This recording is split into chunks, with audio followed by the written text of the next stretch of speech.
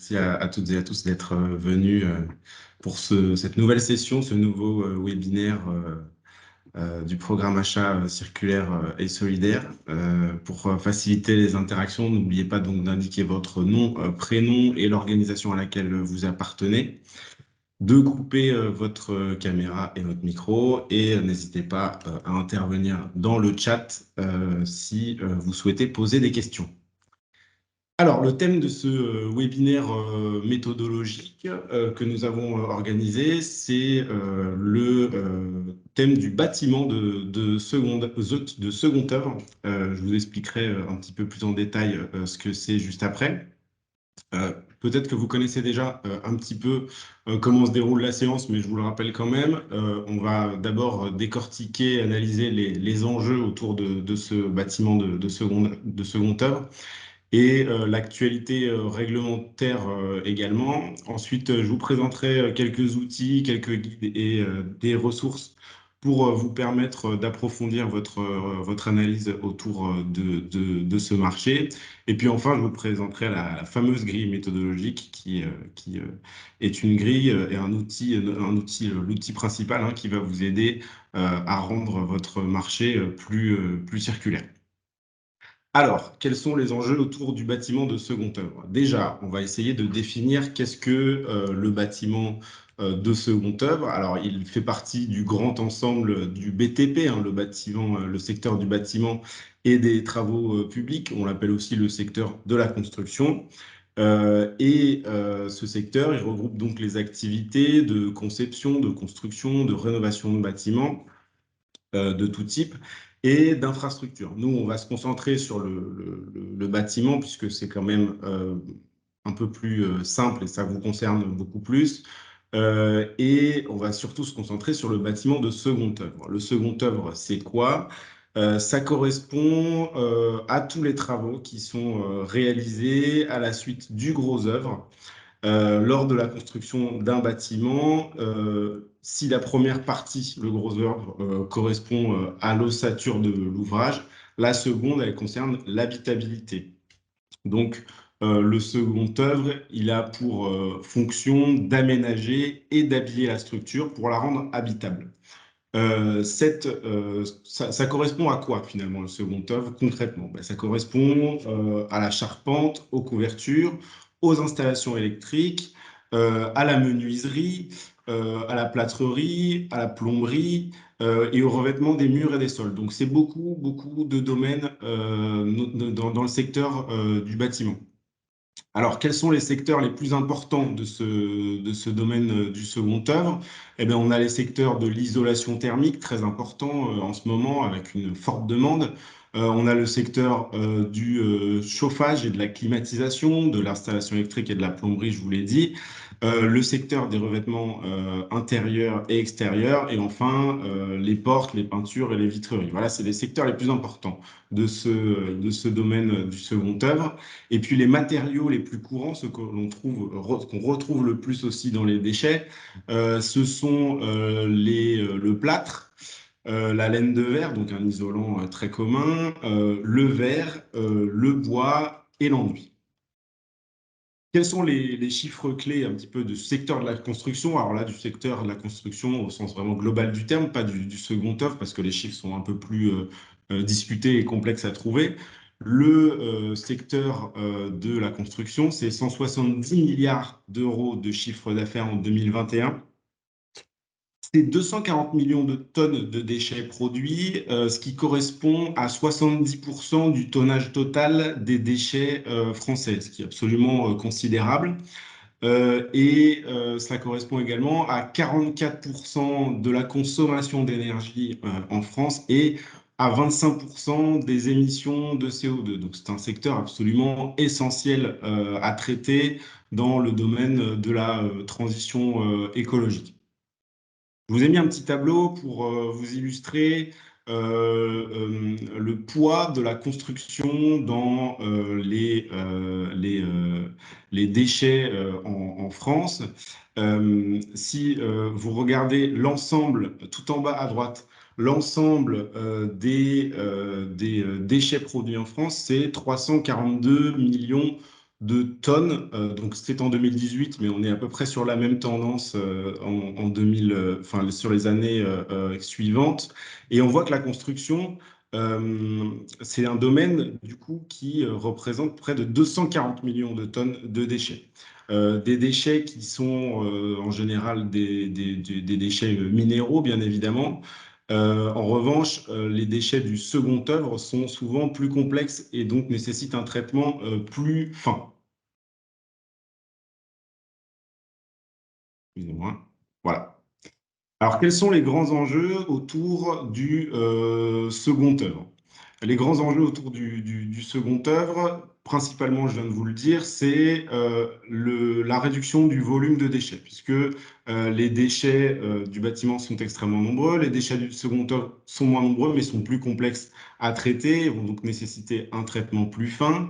Et au-delà du potentiel de réemploi que peuvent avoir ces déchets, un meilleur traitement va permettre à la fois de réduire les décharges sauvages et de lutter contre la raréfaction des ressources primaires, donc des objectifs à la fois de protection de l'environnement et des objectifs d'économie circulaire.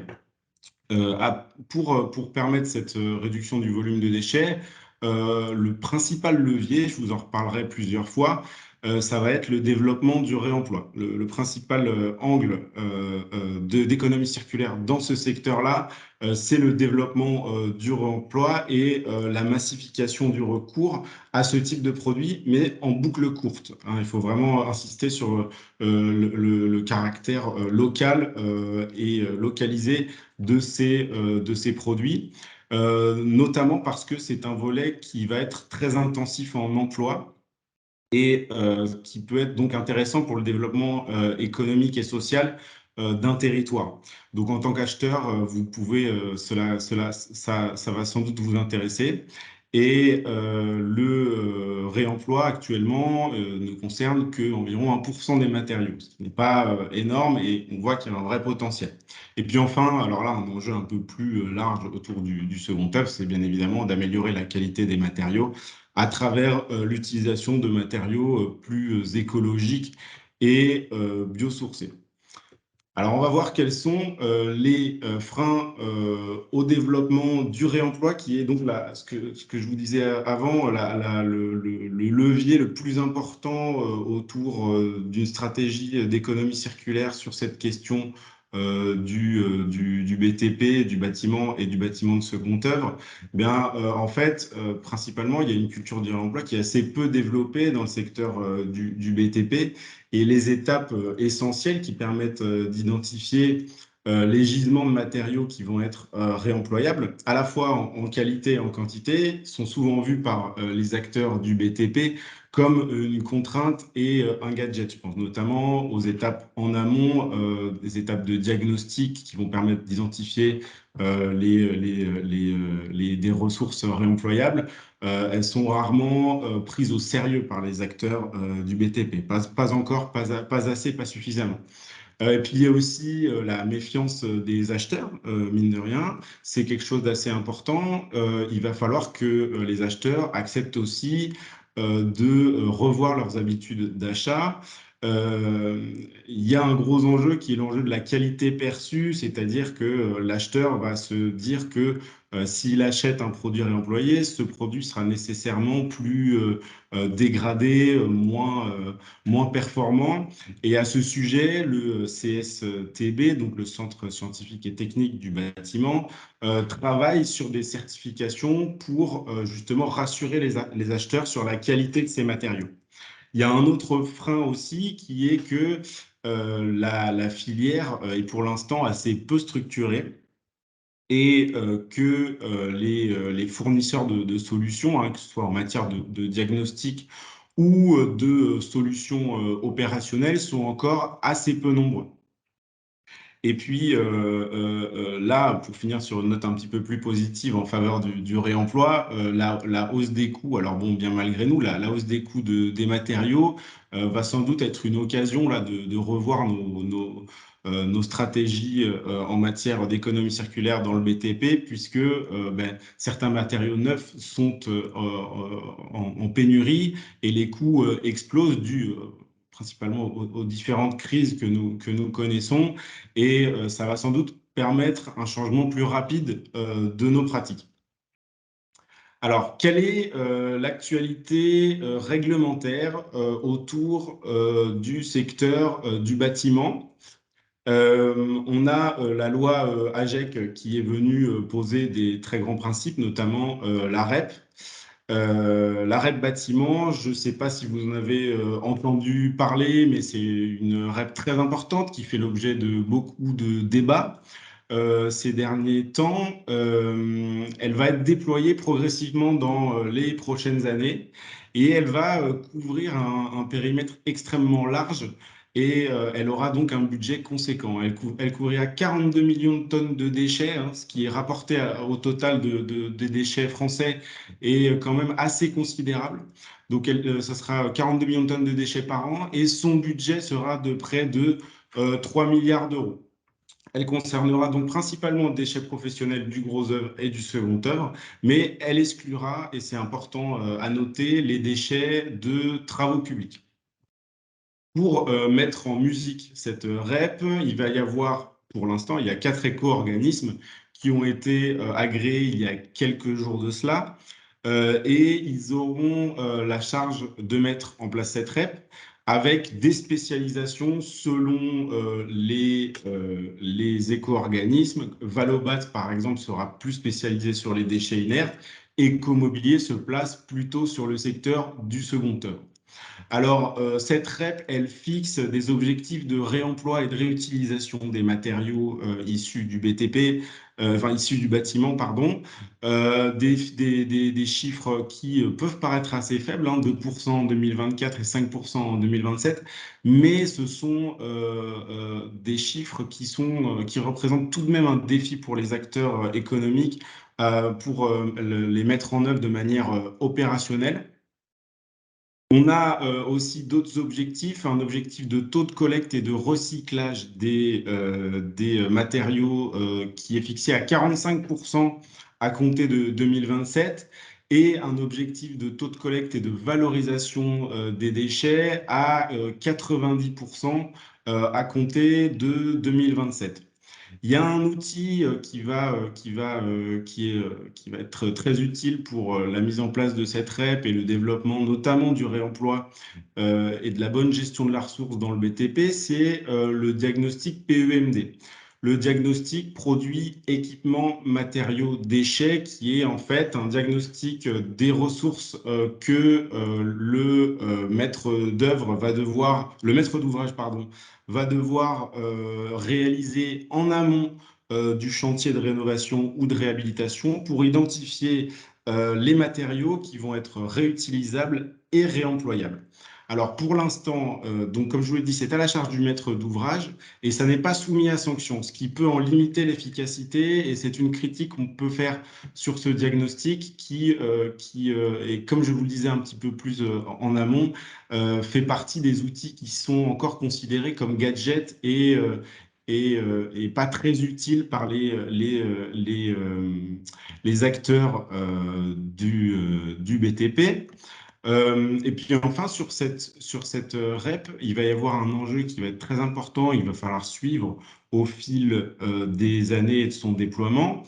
C'est l'enjeu du maillage territorial. Une REP bâtiment sera efficace si il y a un maillage fin de dépôts et de centres de traitement permettant justement cette fameuse boucle courte dont je vous ai parlé. Et là, la question du stockage des matériaux, cette question-là du maillage est d'autant plus importante et critique en Île-de-France et au sein de la métropole du Grand Paris, par exemple, où les prix du foncier sont élevés. Donc, c'est des choses auxquelles il va falloir réfléchir et que nous allons devoir suivre de très près. Et puis, il y a d'autres objectifs circulaires concernant le bâtiment dans la réglementation récente. Je vous en ai mis quelques-uns. Et on a la RE 2020, donc la réglementation environnementale 2020, qui est très centrée performance énergétique, donc pas nécessairement qui ne va pas nécessairement nous concerner, mais cette réglementation environnementale, elle mentionne que les produits issus du réemploi vont compter pour zéro en termes de carbone, donc seront les plus vertueux. Donc ça va nécessairement faire un appel d'air autour de ce réemploi que nous appelons de nos voeux dans ce secteur-là. On a aussi la loi climat qui fixe un objectif minimum de 25% de matériaux biosourcés dans les rénovations dites lourdes et la construction dans le domaine de la commande publique à partir de 2030. Donc, c'est un objectif ambitieux qu'il va falloir regarder de très près. Et puis enfin, alors de manière là un peu plus annexe, on va avoir l'interdiction à la location des passoires thermiques, hein, qui vont intervenir en 2025 pour les logements classés F et en 2028 pour ceux classés G. Et je vous ai mis ça parce que la demande de rénovation qui va être amenée par ces interdictions, cette demande de rénovation performante en plus risque de créer un choc de la ressource et de créer d'autant plus des pénuries de matériaux. Donc ça aussi, il va falloir également le regarder d'assez près. Voilà un petit peu pour la réglementation. Je vous ai mis quelques clauses issues de la clause verte, du site de la clause verte que vous connaissez sans doute déjà et qui vous propose des clauses vertueuses pour faciliter vos achats durables. Je vous ai mis quelques clauses donc, concernant ce secteur du bâtiment et du bâtiment de seconde œuvre plus précisément. Par exemple, vous allez avoir une clause variante en faveur du réemploi qui va permettre à l'entreprise qui est en charge des travaux, hein, sans lire tout, on n'est pas là forcément pour ça, mais qui va permettre à l'entreprise en charge des travaux proposer des variantes qui peuvent être acceptées par le maître d'ouvrage, des variantes de réemploi, des variantes en faveur du réemploi, sur la question, par exemple, des matériaux, sur la question des techniques permettant de limiter la production des déchets et sur les techniques permettant de privilégier la démolition sélective. Donc voilà un exemple de clause qui peut vous être assez utile dans la rédaction d'un marché. Je vous ai mis encore une autre clause, hein. Vous avez les liens aussi, vous pouvez aller les consulter sur le site. Euh, une clause qui s'appelle modalité de dépose, enlèvement et revalorisation du bois. Donc sur le domaine spécifique là du bois issu des structures en bois, donc la charpente, les escaliers, les planchers, vous allez pouvoir faire une clause qui est relativement simple, mais qui va permettre au bois spécifiquement de bénéficier d'une revalorisation à l'issue des travaux de seconde œuvre, puisque l'entreprise devra proposer une revalorisation, une méthodologie de revalorisation cette ressource-là spécifiquement. Voilà, je ne m'attarde pas trop sur ces clauses, vous pouvez aller les regarder sur le site de la clause verte qui est très bien fait et très fourni. Sur les ressources qui peuvent vous être utiles dans le développement de votre achat circulaire. Je vous ai mis quelques documents, notamment des documents de l'INEC. On n'est jamais mieux servi que par soi-même. Donc, des documents de l'INEC, notamment un document qui relate le cahier des charges autour de la REP bâtiment, donc qui date de 2021, mais qui fait une bonne synthèse de ce cahier des charges. Vous avez l'ADEME qui a, à travers un document, identifié les freins et les leviers au réemploi de produits et matériaux de construction. Et vous avez encore l'INEC là, qui a fait une sorte de document, de question-réponse avec le cabinet Henkel Avocat pour favoriser et intégrer l'économie circulaire dans le BTP. Vous avez aussi la plateforme Démoclès qui commence à dater un petit peu, mais qui fournit des documents très intéressants autour de ces questions-là, avec un document qui est donc vers une économie circulaire du second œuvre, qui date de 2017, mais qui est assez fourni et encore assez actuel. Vous avez l'ADEME qui a un dossier déchets du bâtiment qui là est très complet, qui rappelle vraiment notamment le cadre réglementaire. Je vous ai mis le lien vers d'ailleurs le cadre réglementaire. Et puis Démoclès propose également un guide et un closier pour les maîtres d'ouvrage et les maîtres d'œuvre pour la question spécifique de la déconstruction. Voilà un petit peu pour les guides et les ressources. Je vous propose qu'on passe à la troisième étape de notre webinaire, qui est la grille méthodologique. Cette grille, elle est là pour vous aider à analyser sur tout le cycle de vie de votre marché et des produits que vous allez utiliser, tout le spectre économique autour de ça pour rendre votre marché et vos achats les plus circulaires possibles. Elle se base donc sur les 4 grands domaines sur lesquels agissent l'économie circulaire et solidaire. Euh, et on la segmente en fonction de cela pour voilà, décortiquer vraiment tous les segments de l'achat et les rendre chacun circulaires. Donc, je vais faire juste une petite opération pour vous montrer à quoi ressemble cette grille méthodologique. Alors, vous voyez que cette grille, elle est divisée et sous-divisée. Elle est divisée, on identifie donc les grands domaines de l'économie circulaire, de l'économie sociale et solidaire, donc l'offre des acteurs. Oula, attendez, que se passe-t-il? Excusez-moi, petit bug. Ça a l'air d'aller. C'est bon.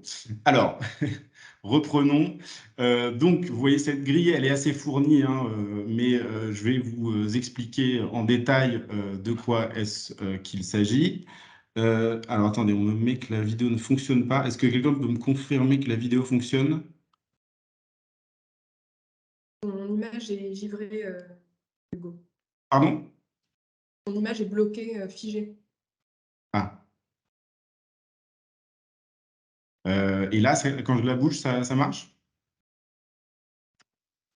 Oui, on voit la grille. C'est ton image à toi. Ah, ok, bon, si c'est mon La image, ça va, il caméra. n'y a pas de souci alors. Alors, reprenons, on va y arriver.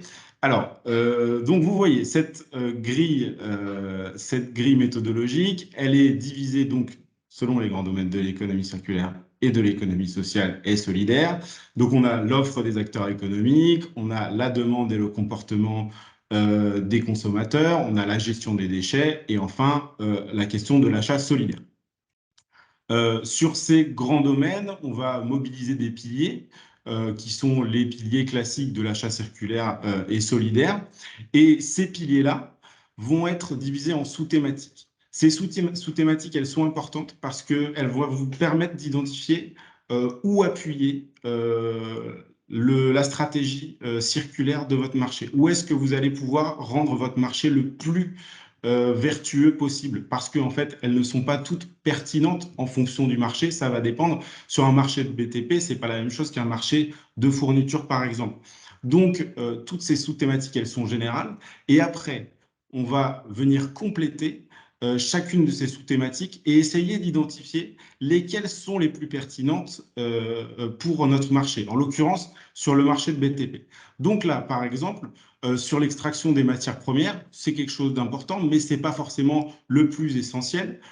Donc, on va mettre, par exemple, qu'avant chaque achat, on va vérifier que le produit recherché n'est pas déjà en stock, par exemple. On va se demander si l'équipement est nécessaire, s'il existe une alternative plus vertueuse. Et on va aussi, si l'achat de produits neufs est nécessaire, pratiquer un sourcing approfondi pour permettre, pour savoir si le fournisseur est en capacité de tracer ses produits. Sur la question du matériel recyclé, là aussi, pas nécessairement le plus essentiel sur une stratégie d'achat dans le secteur du BTP, parce que on privilégie, si le neuf est indispensable, bien évidemment qu'on va essayer de privilégier le produit le plus recyclé, le plus recyclable, le plus éco-conçu et le plus facilement démontable. Par contre, on va avoir sur la question des matériaux, je vous disais, issus du réemploi et sur la question des matériaux biosourcés, là, je vous les ai mis en gras parce que c'est là qu'on va appuyer le plus notre stratégie d'achat sur cette question du BTP. C'est la clé. On va donc prioriser l'approvisionnement en matériaux et en produits reconditionnés, mis à jour ou issus du réemploi et de la réutilisation. Et sur la question des matériaux biosourcés, qui est absolument essentielle, on va tenter de faire privilégier les matériaux d'isolation qui sont les plus isolants, les plus abondants, les plus écologiques sur la question à la fois du revêtement et de l'isolation. Donc, c'est des matériaux comme la laine de coton, le liège, la laine de bois, le chanvre, la ouate de cellulose ou le lin. Et là aussi, on va avoir en tête, on va garder en tête qu'on a une obligation en 2030 qui est de mettre 25% de matériaux biosourcés dans ce secteur-là pour la commande publique. Donc, vous voyez que là, ces deux secteurs-là, ce sont ceux-là qui vont être importants dans la question de l'offre des acteurs économiques. Et puis, après, on va quand même regarder sur sur certains autres aspects. Il y a quand même un aspect, par exemple, important sur la réparabilité de certains produits. Certains matériaux vont être démontables et réparables, notamment dans la plomberie et dans l'installation électrique. Là, il faudra bien évidemment regarder, veiller à ce que ce soit bien vu par le fournisseur.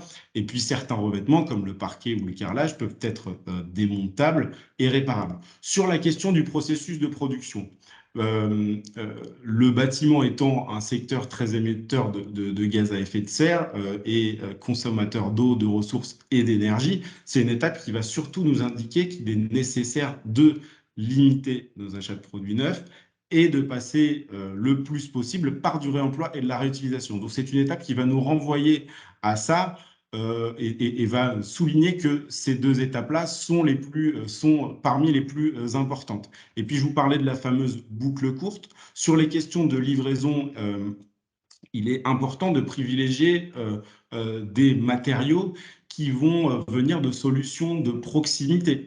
Le réemploi, comme je vous le disais, doit donc être autant que possible fait en boucle courte.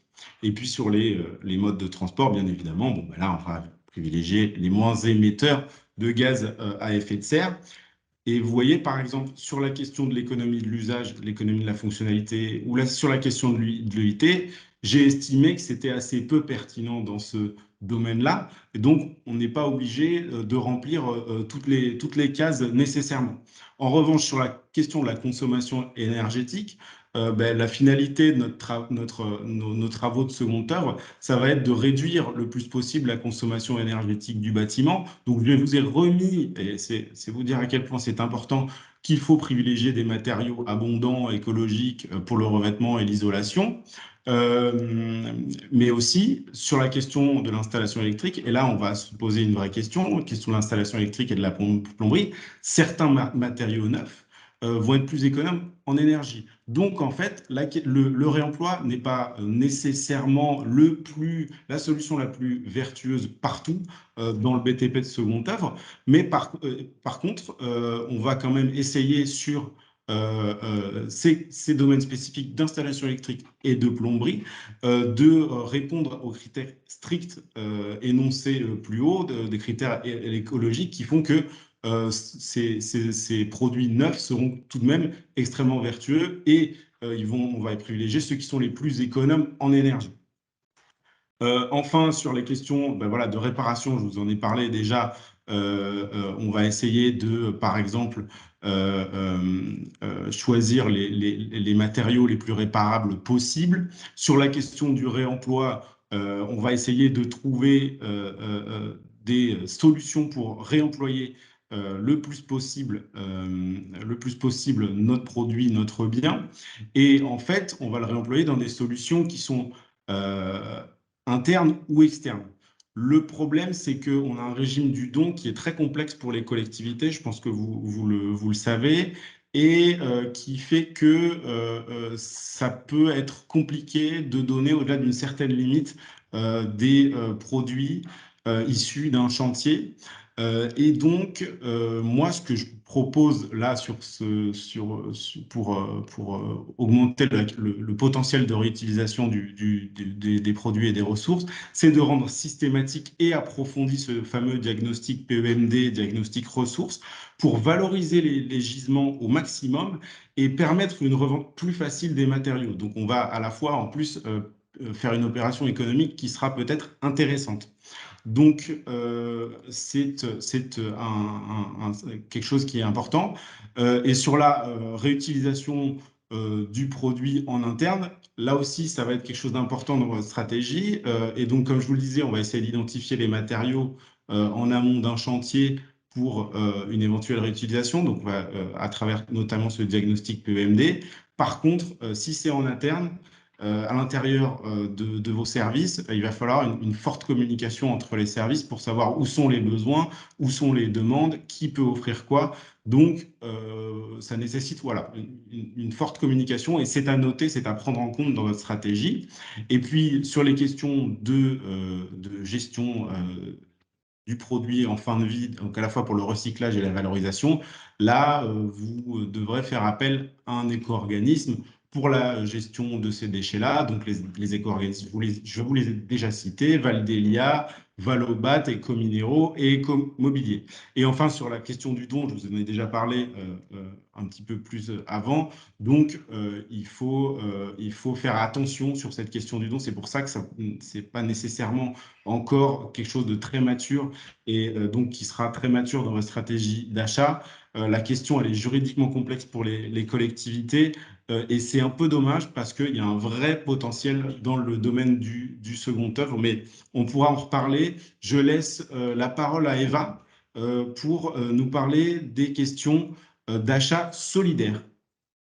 Merci beaucoup, Hugo. Je me permets un petit aparté juste avant de passer à la partie vraiment économie sociale et solidaire et enjeux sociaux.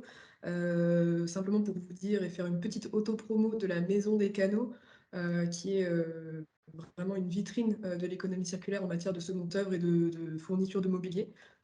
Donc n'hésitez pas à faire un tour déjà sur le site internet et voire même à solliciter une visite. C'est une bonne source d'inspiration, je pense. Euh, alors sur le point spécifique de l'économie sociale et solidaire et sur le potentiel ESS, eh bien, le secteur du second œuvre et du bâtiment, mais particulièrement du second œuvre, est vraiment propice à l'ESS.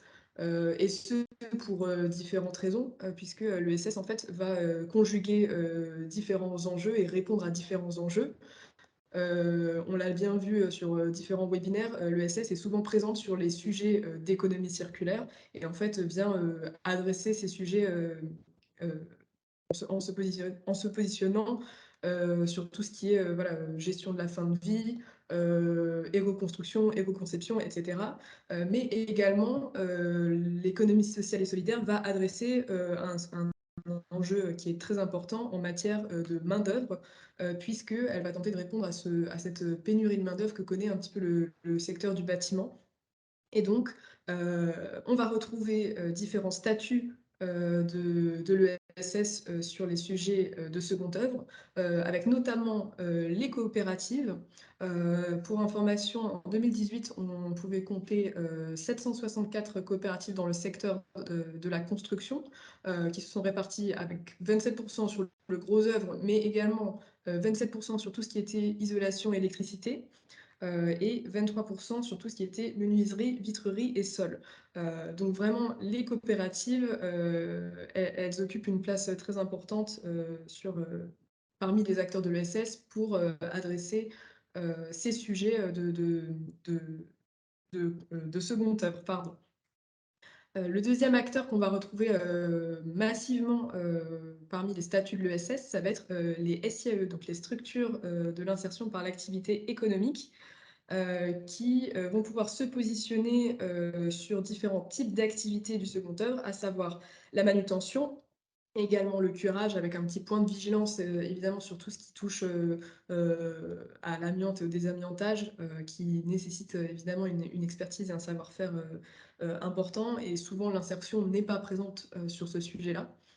On va retrouver aussi les sujets d'entretien de base vie, sur tout ce qui est, dépose sélective, carrelage, démolition, maçonnerie et cetera. Donc vraiment les SIAE sont présentes, massivement, sur ces sujets de seconde œuvre. Et enfin, on va retrouver beaucoup, d'associations, notamment sur ces sujets, de réemploi et de réutilisation dans la filière de construction et démolition. Et en fait, voilà, le renouveau de ces activités est vraiment, enfin, assez souvent à l'initiative, de structures de l'ESS et particulièrement, d'associations. Elles vont, montrer aussi leur volonté de contribuer à la structuration de ces filières, du réemploi et de la réutilisation des matériaux de bâtiment. Et c'est, comme ça qu'on va retrouver, beaucoup de structures telles que des matériothèques, des recycleries, des ressourceries, qui vont, faciliter, la collecte, le stockage, le reconditionnement et le réemploi et la réutilisation, des déchets, émis par la filière bâtiment. Heu voilà, donc en fait, le statut finalement les statuts qu'on retrouve le moins, sur les sujets, de seconde œuvre, ça va évidemment être, le secteur protégé, en fait, le secteur du handicap. Donc on retient les coopératives, les SIAE et les associations pour tout ce qui est, réemploi, économie circulaire. Parmi les acteurs, assez connus, de l'ESS, on va retrouver, Tricycle.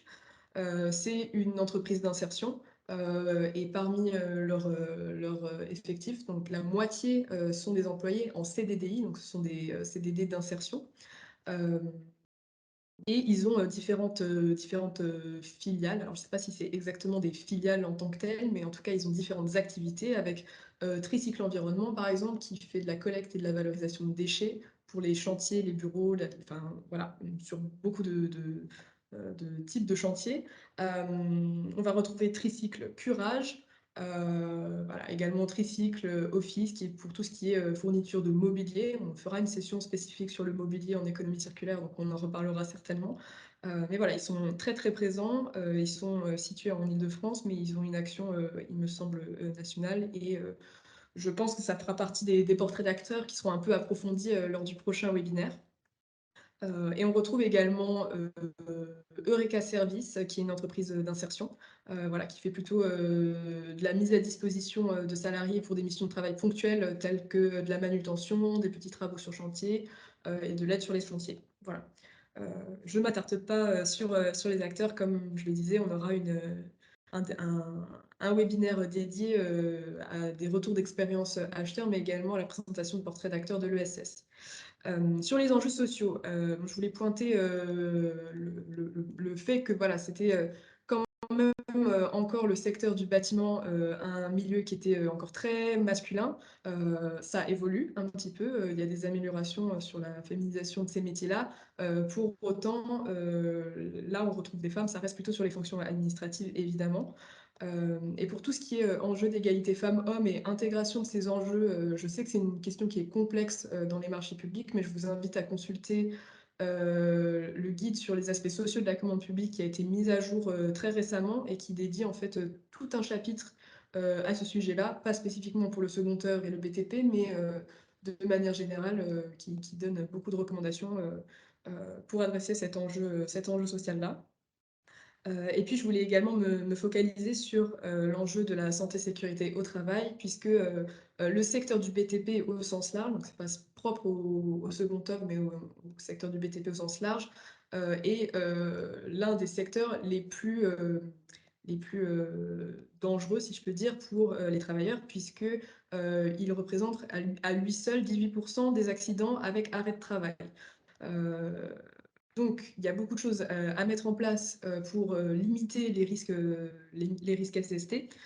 Ça passera notamment, par tout ce qui est, concertation et coordination en amont, avec les parties prenantes, donc avec l'aménageur, le maître d'ouvrage, le maître d'œuvre, un coordonnateur SPS, un pilote OPC lorsque ça s'applique, le bureau d'études, etc., etc. En fait, l'idée, c'est vraiment d'avoir tout qui soit bien prévu en amont et ça peut se traduire dans vos marchés en évaluant en fait par des critères d'attribution ou même directement dans les spécifications techniques en demandant voilà, une méthodologie bien établie sur ces sujets-là pour en fait minimiser les risques lors de l'exécution des marchés de travaux.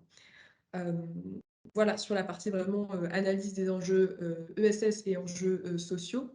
Hugo, je veux bien que tu repasses sur les slides, puisque j'aimerais aborder maintenant quelques techniques d'achat solidaire.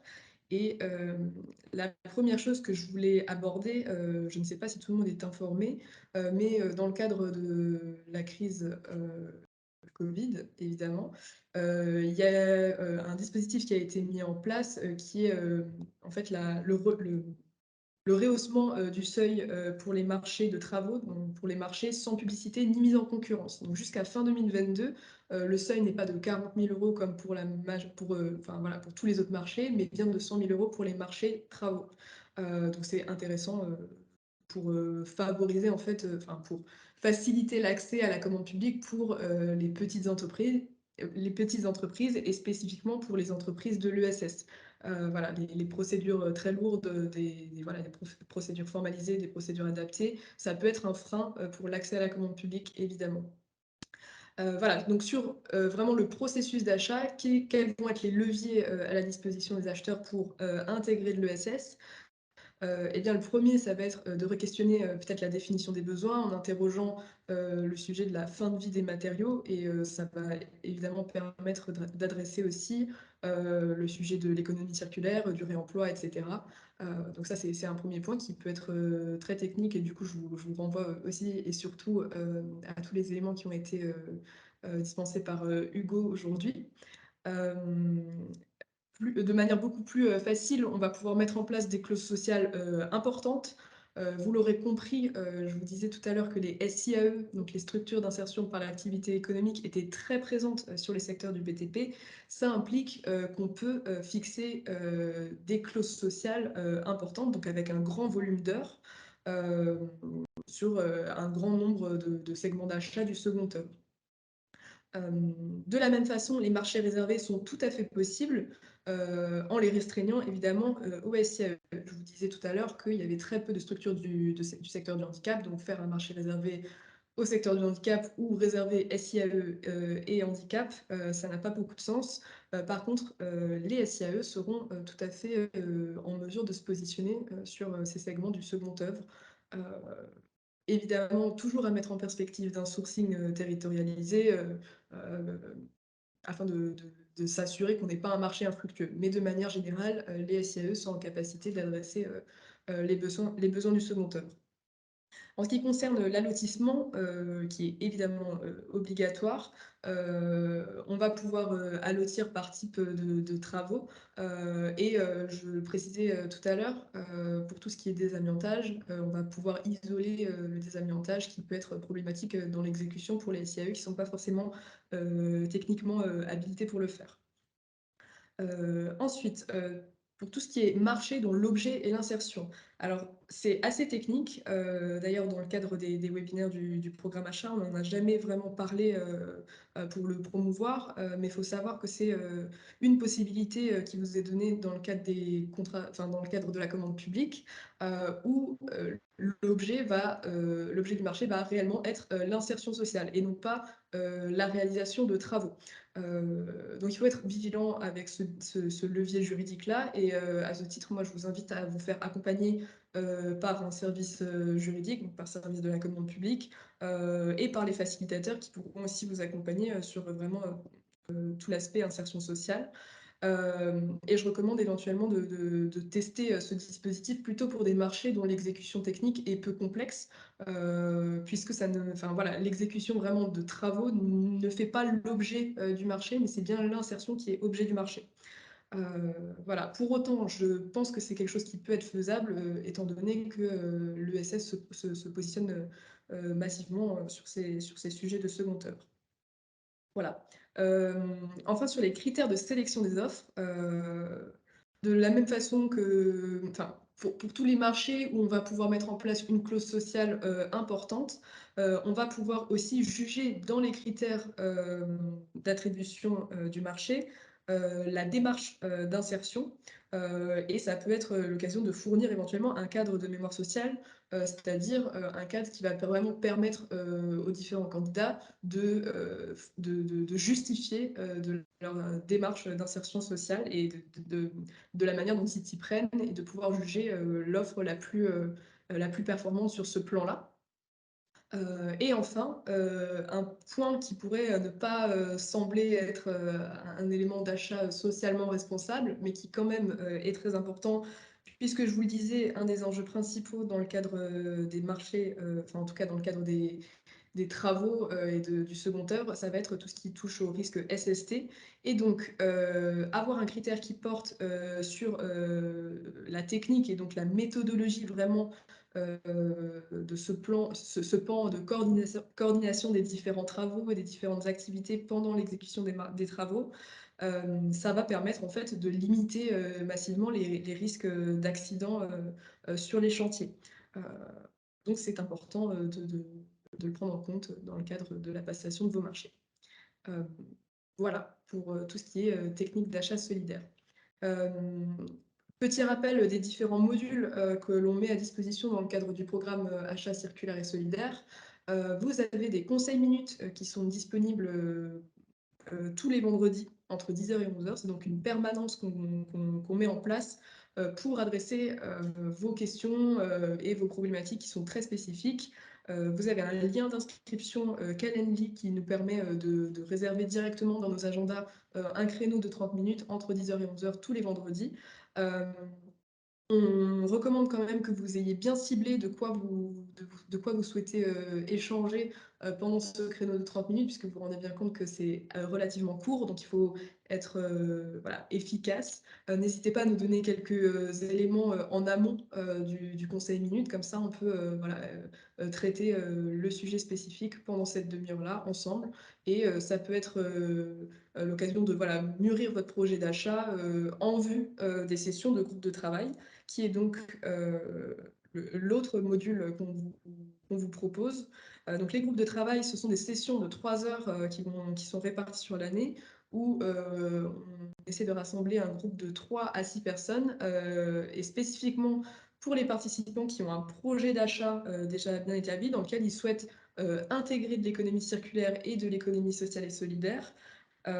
Il faut vraiment prendre ça comme voilà, un travail que vous feriez dans tous les cas de votre côté. Et là, on vous propose un accompagnement un peu personnalisé pour aller questionner toutes les étapes de la passation de votre marché, de la redéfinition du besoin au choix des critères, avec l'équipe du programme Achat circulaire et solidaire qui est à votre disposition pour répondre à toutes vos questions et vous accompagner sur ces sujets-là en utilisant notamment les outils que nous, on utilise dans le cadre de ce webinaire, à savoir la grille méthodologique, la clause verte, etc., etc.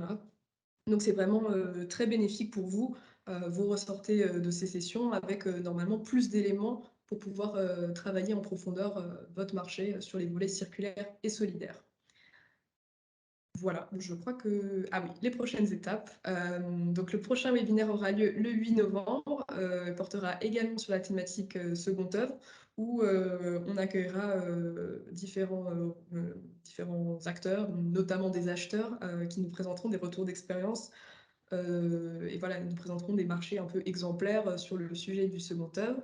Et on présentera également quelques portraits d'acteurs de l'ESS, comme je le disais tout à l'heure. Le prochain rendez-vous, ça sera le 29 novembre, avec le webinaire méthodologie sur la fourniture de mobilier, qui sera en fait assez complémentaire à ce sujet du bâtiment second œuvre. Et voilà, j'ai plus la date en tête, mais évidemment, il y aura aussi une séance retour d'expérience et portrait d'acteurs. Restez connectés sur Rapide puisque les événements sont annoncés et publiés sur la plateforme. Voilà, je pense qu'on a fait le tour. Merci beaucoup à tout le monde.